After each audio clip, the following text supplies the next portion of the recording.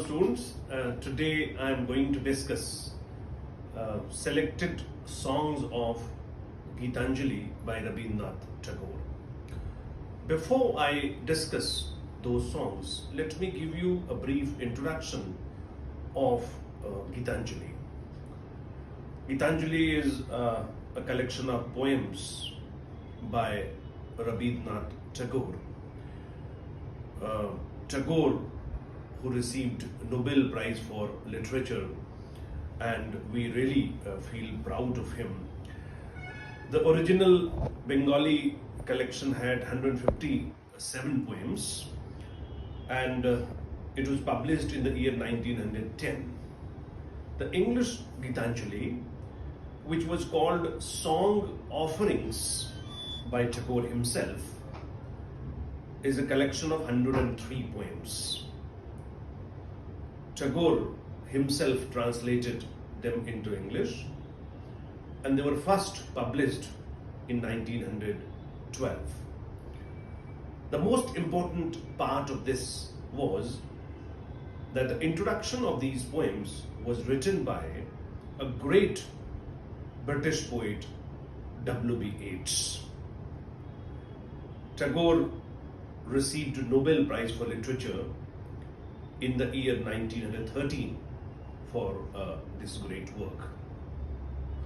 When we read the songs of Geetanjali, we find that the central theme in these lyrics, in these songs, is devotion.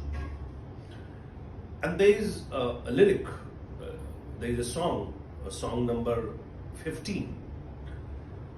In that particular song, there is a line which I think epitomizes, summarizes the basic theme of Geetanjali.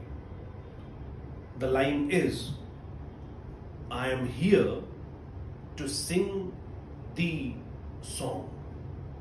I am here to sing the songs. I, the poet, the God. So there are the two characters, individual soul and the supreme soul, the poet and God. Geetanjali shows yearning of the individual soul to establish union with the supreme soul. The songs of Geetanjali depict the deep longing of the finite for the infinite. Or if I use the terminology of Ralph Waldo Emerson, I may say that it is deep longing of the Atman for Brahman. All the lyrics of Geetanjali are basically hymns. They are religious songs. They are in the form of prayers. They are the devotional songs. They have mantric qualities.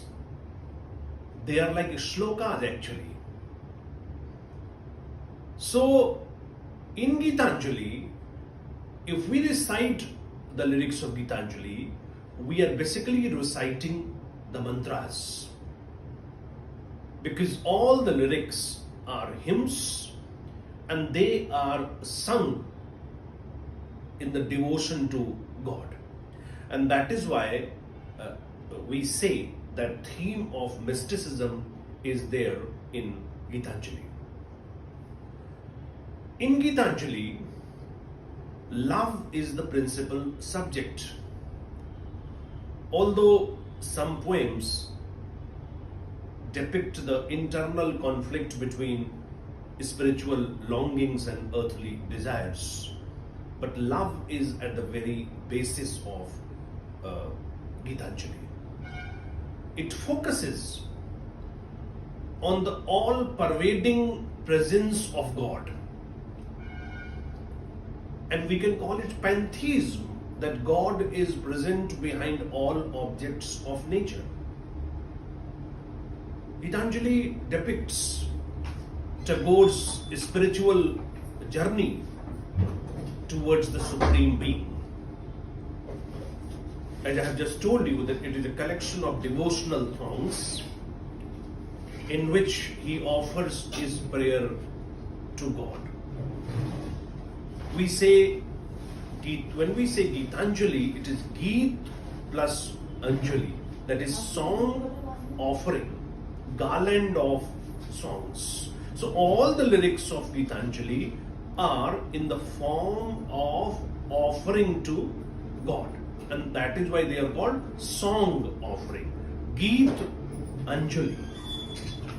It appeals to the readers with its oceanic depth, expressed in simplicity, optimism, and spiritual affirmation, richness and variety, humanization of divine, use of domestic images and symbols, and mythopoeic elements. What is important here is that the abstract idea of union between individual soul and supreme soul is explained to us in a very simple manner. And this is actually the beauty of Tagore, that he is concretizing the abstract objects. Now, Geetanjali has echoes of Hindu Vaishnavite poetry. It is in the Vaishnava tradition, that Vaishnavite poetry which depicts the love of Radha for Lord Krishna. And also, glimpses of Christian religious feeling for God as Father and Redeemer. When you read the lyrics of Geetanjali, you will find out this. The image of God as a bridegroom and lover is common to the New Testament and in Vaishnava tradition. Now, when Tagore mentioned his admiration for Vaishnava poetry in an essay published in 1912, undoubtedly he had in mind the Geet Govind, a long poem written in 12th century by the Bengali poet Sri Jayadeva.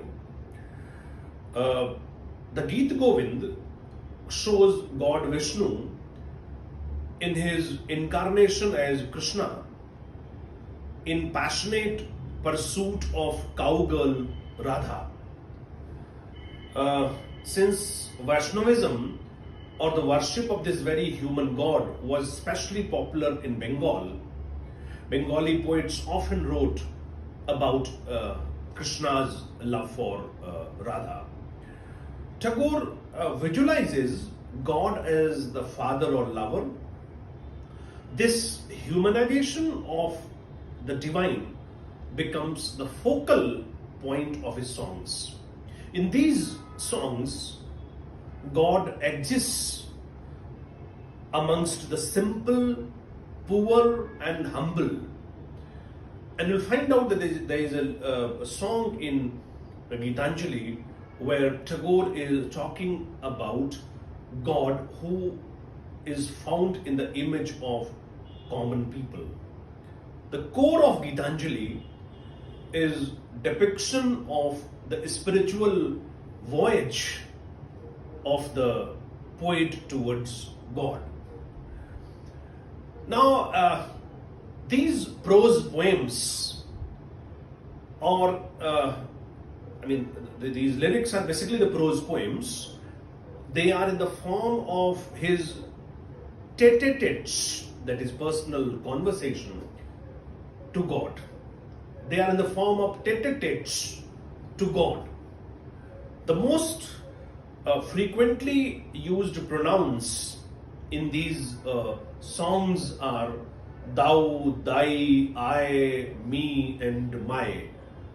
I told you in the beginning that the basic theme of the poem is contained in song number 15, where Tagore says, I am here to sing thee songs. So I, the character, D is a character. So in these lyrics, these pronouns are very prominent: thou, thy, I, me, and my.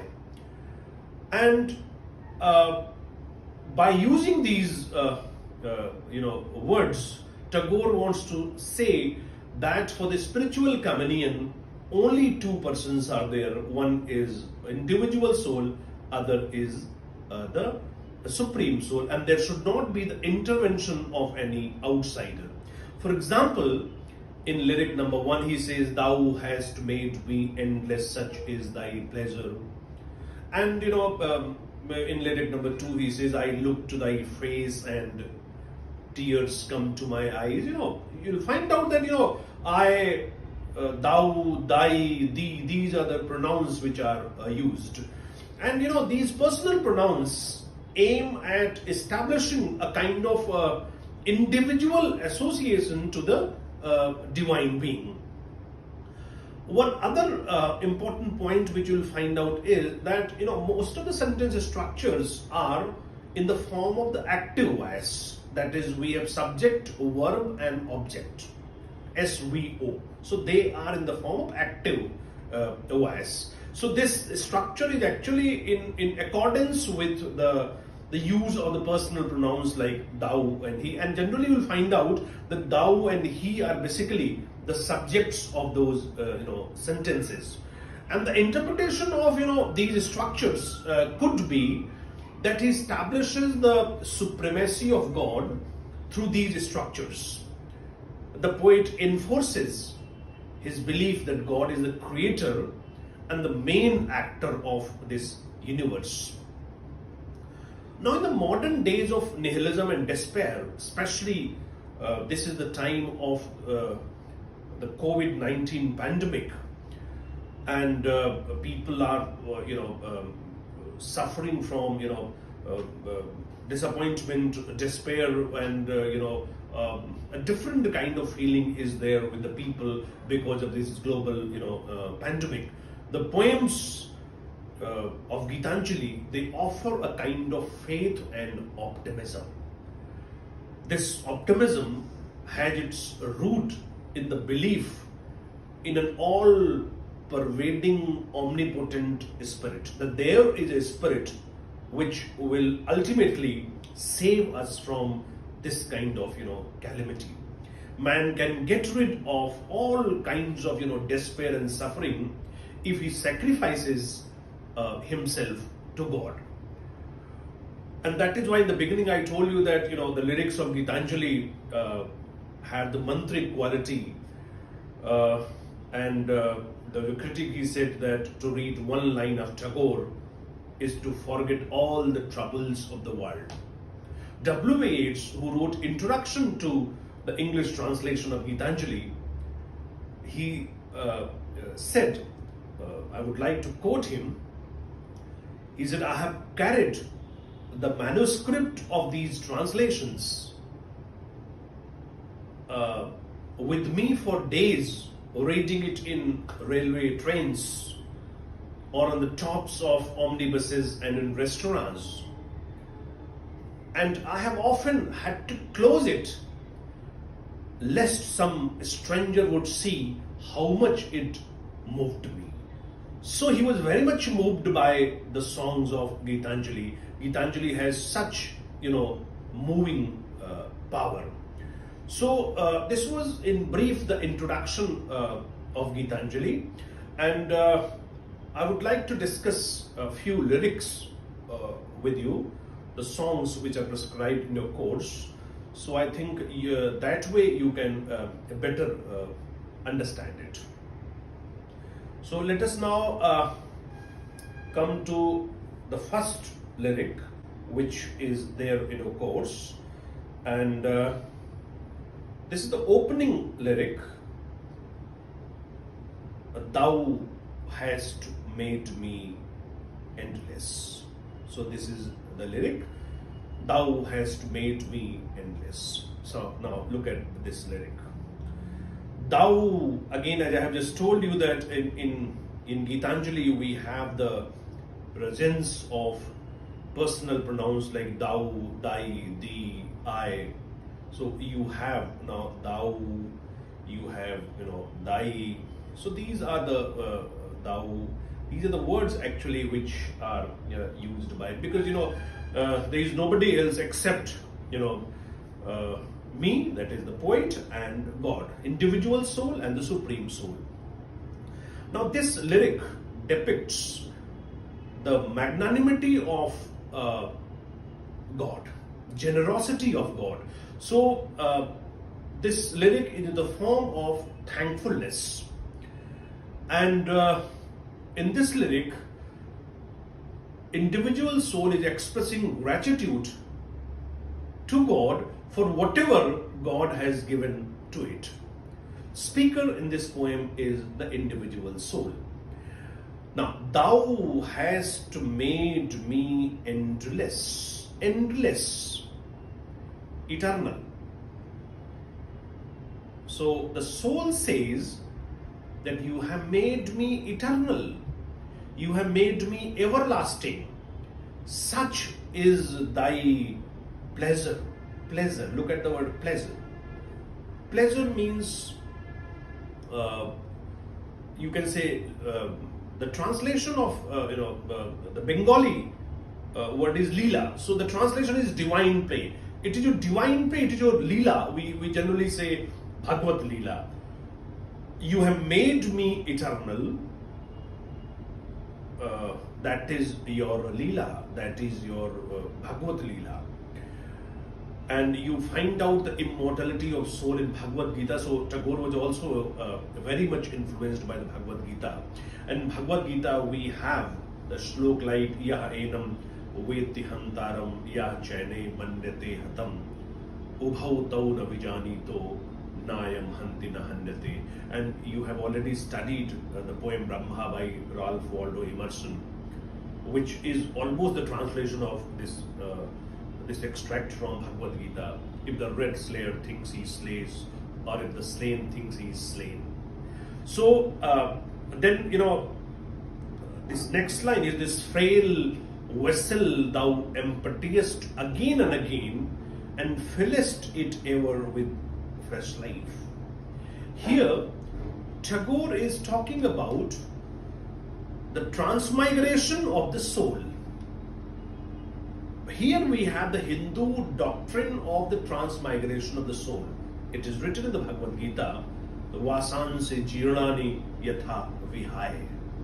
Just as a man leaves the old clothes and wears the new clothes, similarly, soul leaves the old body and enters into the new body. And that is explained with the help of this frail vessel thou emptiest again and again, and fillest it ever with fresh life. Body just like the frail vessel, and it is made empty again and again, and it is filled with fresh life. Transmigration of the soul. Soul is shifting the body, changing the body. Now the transmigration of the soul, this abstract idea, is explained to us with the help of the concrete image of the frail vessel. As I told you, the Tagore is a master of concretizing the abstract objects. Now this little flute of reed thou hast carried over hills and dales, and hath breathed through its melodies eternally new. I am like a flute of reed, and you are a flute player. You are playing on the flute, and you are producing melodies of different kinds. God, an immortal touch of thy hands, when you touch me, my little heart loses its limits in joy. My heart loses its limits and gives birth to utterance ineffable. Utterance ineffable means inexpressible joy. When you touched me, my delight, my joy knew no bounds. I cannot express it. Gives birth to utterance ineffable. inexpressible joy. That was inexpressible joy when you touched me. Thy infinite gifts come to me only on these very small hands of mine. Your gifts are infinite and my hands are very small. Ages pass and still thou pourest, and still there is room to fill. Time is passing, ages pass, and you keep on pouring, you keep on giving, and still there is room to fill. My condition is just like a small child who receives so many gifts on his birthday and not able to hold them properly in his hands. Look at God's generosity. Look at God's kind-heartedness. Look at God's magnanimity, that He's pouring His blessings to us. So the entire in the entire lyric, individual, so the soul is expressing thankfulness to God for whatever God has given to it. So this is all about song number 1, the opening lyric of Geetanjali. So let us now discuss song number 11 from Geetanjali. A beautiful lyric, and here we find out that Tagore criticizes, castigates idolatry and blind worship. I told you in the beginning that he's a mystic, but he's a mystic with a difference. What happens that, how can this spiritual union be established? The entire Geetanjali is based on the spiritual journey of the poet to establish union with God. Now, how can this union be established? In this lyric, he says that leave this chanting and singing and telling of beads. Chanting, we generally chant mantras, we sing the songs, and we count the beads of the rosary. Tagore says that leave this chanting of the mantras, singing of the religious songs, and counting the beads of the rosary. Whom do you worship in this lonely, dark corner of a temple with doors all shut? Whom are you worshipping? Doors are all shut. You are sitting lonely in the dark corner of a temple, and doors are all shut. Whom are you worshipping? Open thine eyes, just open your eyes, and see thy God is not before thee. You'll find out that God is not before you. You'll find out how Tagore is castigating, blind worship and idolatry. He said, leave this chanting and singing and, telling of beads. You are worshipping someone sitting in a dark corner of a temple and doors all shut. And when you open your eyes, you'll find out God is not there. If God is not there in the temple, then where is the God? So He is there where the tiller is tilling the hard ground. Now look at this and recall the lines of Wordsworth, who said, humble and rustic life is chosen. How romantic description is this? The image of God is in the image of a tiller, in the image of a path maker. He says God is there where the tiller is tilling the hard ground and where the path maker is breaking stones. God is there in the image of a tiller, in the image of a stone breaker, in the image of a path maker. He's there with them in sun and in shower, in all kind of seasons, maybe the summer or rainy season. And his garment is covered with dust. He is not so much, neat and clean because he is there with these common people. His garment is also covered with dust. What should you do then? Put off, remove thy holy mantle garment. You just remove this holy garment, showing that you are very pious, you are very neat and clean, you are far away from these common people. And even like him, come on the dusty soil. You come on the dusty soil, and then you will find out God. God is not there in the temple. You are reciting the mantras, you are chanting the mantras, sitting in the corner of the temple with doors all shut. Go outside. Find out God in the image of a tiller, in the image of a path maker. He's there with these common people. Now then, a very significant word which Tagore uses here is deliverance. Deliverance, exemption from worldly responsibilities. Deliverance. Where is this deliverance to be found? You think that you can escape yourself from worldly affairs. Where is this deliverance to be found? Can you find this deliverance anywhere? And even our master is not able to relieve himself from these kind of ties. How can you? Our master himself had joyfully taken upon the bonds of creation. God is busy in the process of creation. He is bound with us all. When he is not exempt, how can you? So if you want to see God, if you want to establish union, go and meet the common people. And when you meet the common people, I think you are meeting God, because God is in the form of these common people. So how romantic image is this? In 19th century poetry, you find out in England how Wordsworth, the poets like Wordsworth, glorified and romanticized the common people. Now this is lyric number 25th.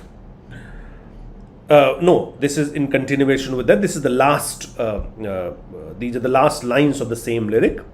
Come out of thy meditations. You are in meditative posture. So come out of that. Leave aside these flowers and incense. You are using flowers and you are using incense, that is incensed sticks like agarbatti, dhoopbatti, Leave aside all these flowers and incensed sticks. Come out of your meditations. What harm is there if thy clothes become tattered and stained, soiled, dirty? There is no harm if your clothes become dirty, stained and soiled. Meet him and stand by him in toil and sweat of thy brow. Just like God, you meet these common people in all seasons, in say summer or rainy season. So if you want to establish union, you just meet the common people, because God is there in the image of those common people. Now coming to lyric number 25th.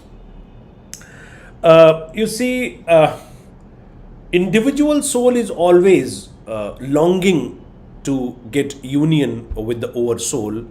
The songs of the Geetanjali show the deep yearning, the deep longing, deep desire of the individual soul.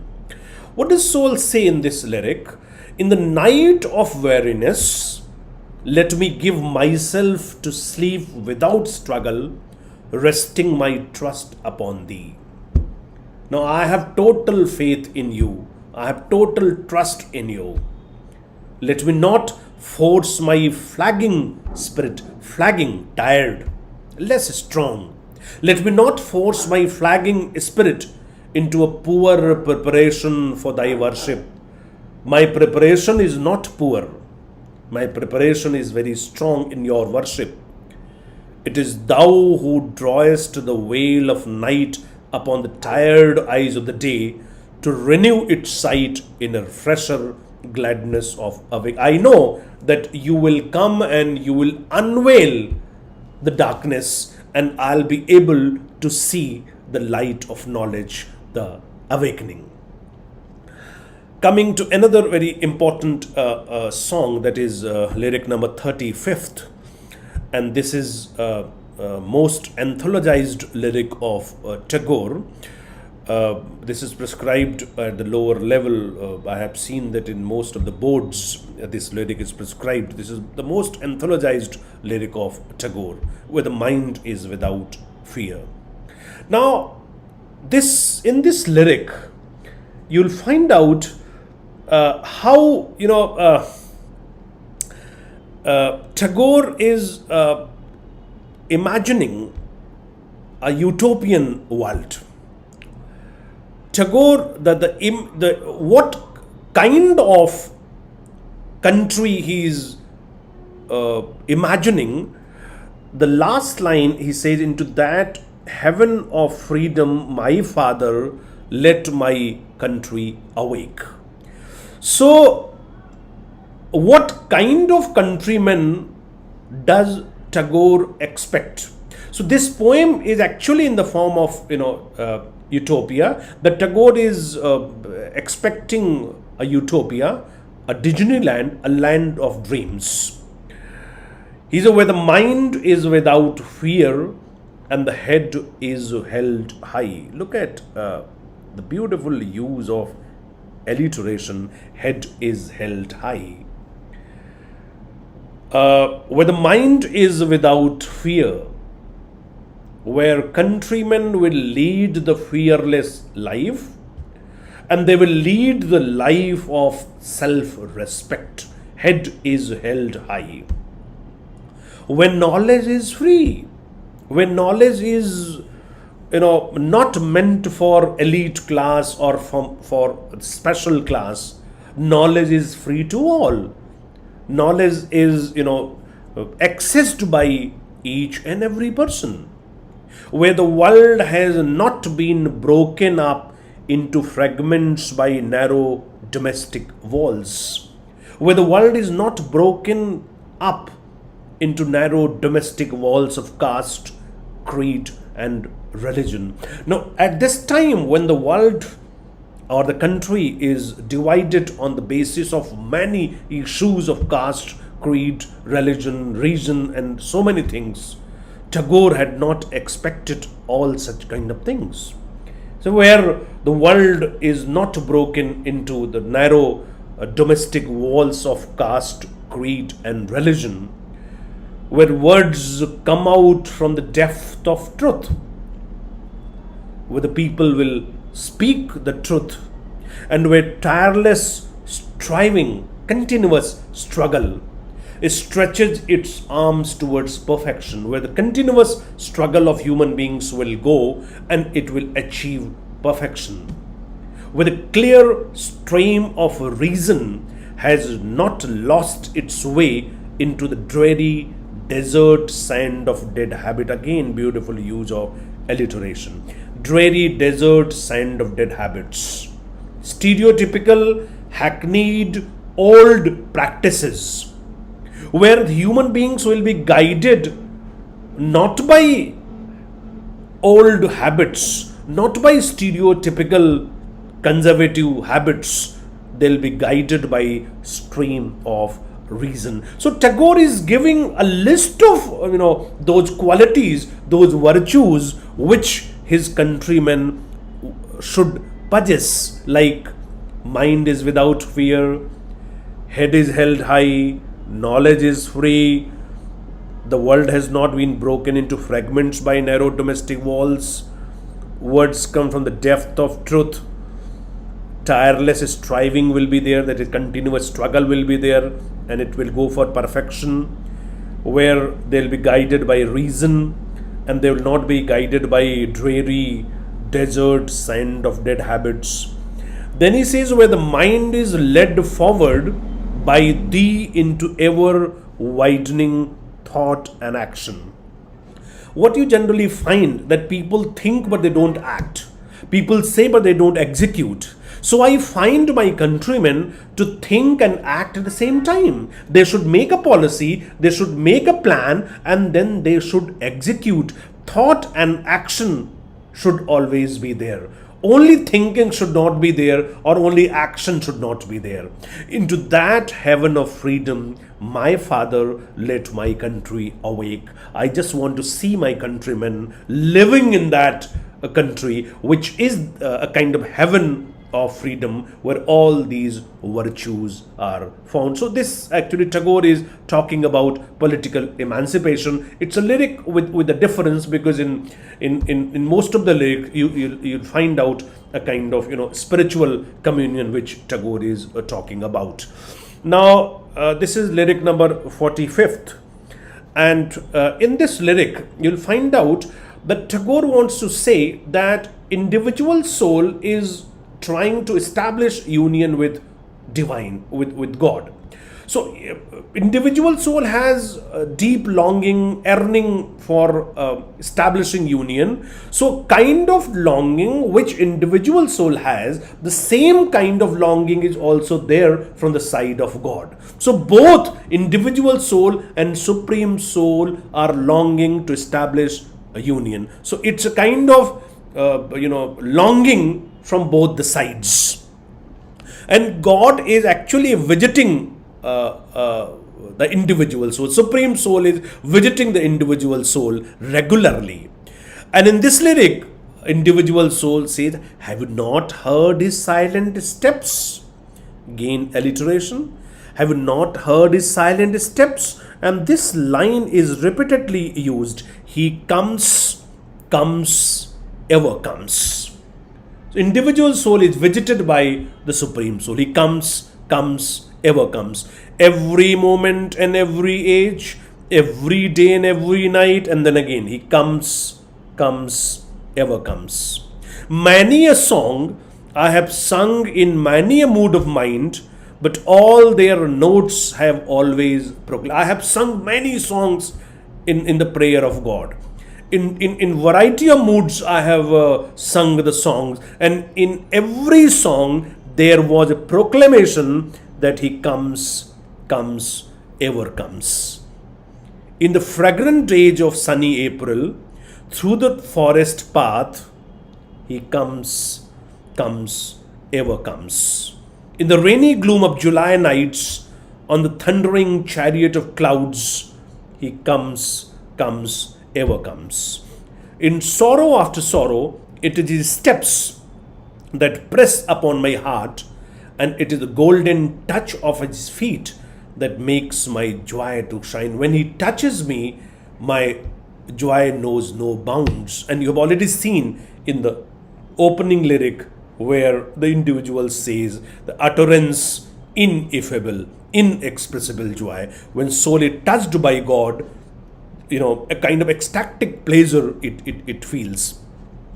What you find out in Geetanjali, and by some critics, Tagore is also criticized because sometimes it becomes monotonous and boring also, because there is one particular kind of theme, that is spiritual union, that is being continued from the very beginning till the end. In lyric after lyric, Tagore is using the same kind of theme by the use of different terms and different examples. So critics have sometimes criticized Tagore also for such kind of monotony and repetition. Now coming to the last lyric, that is 103 lyrics.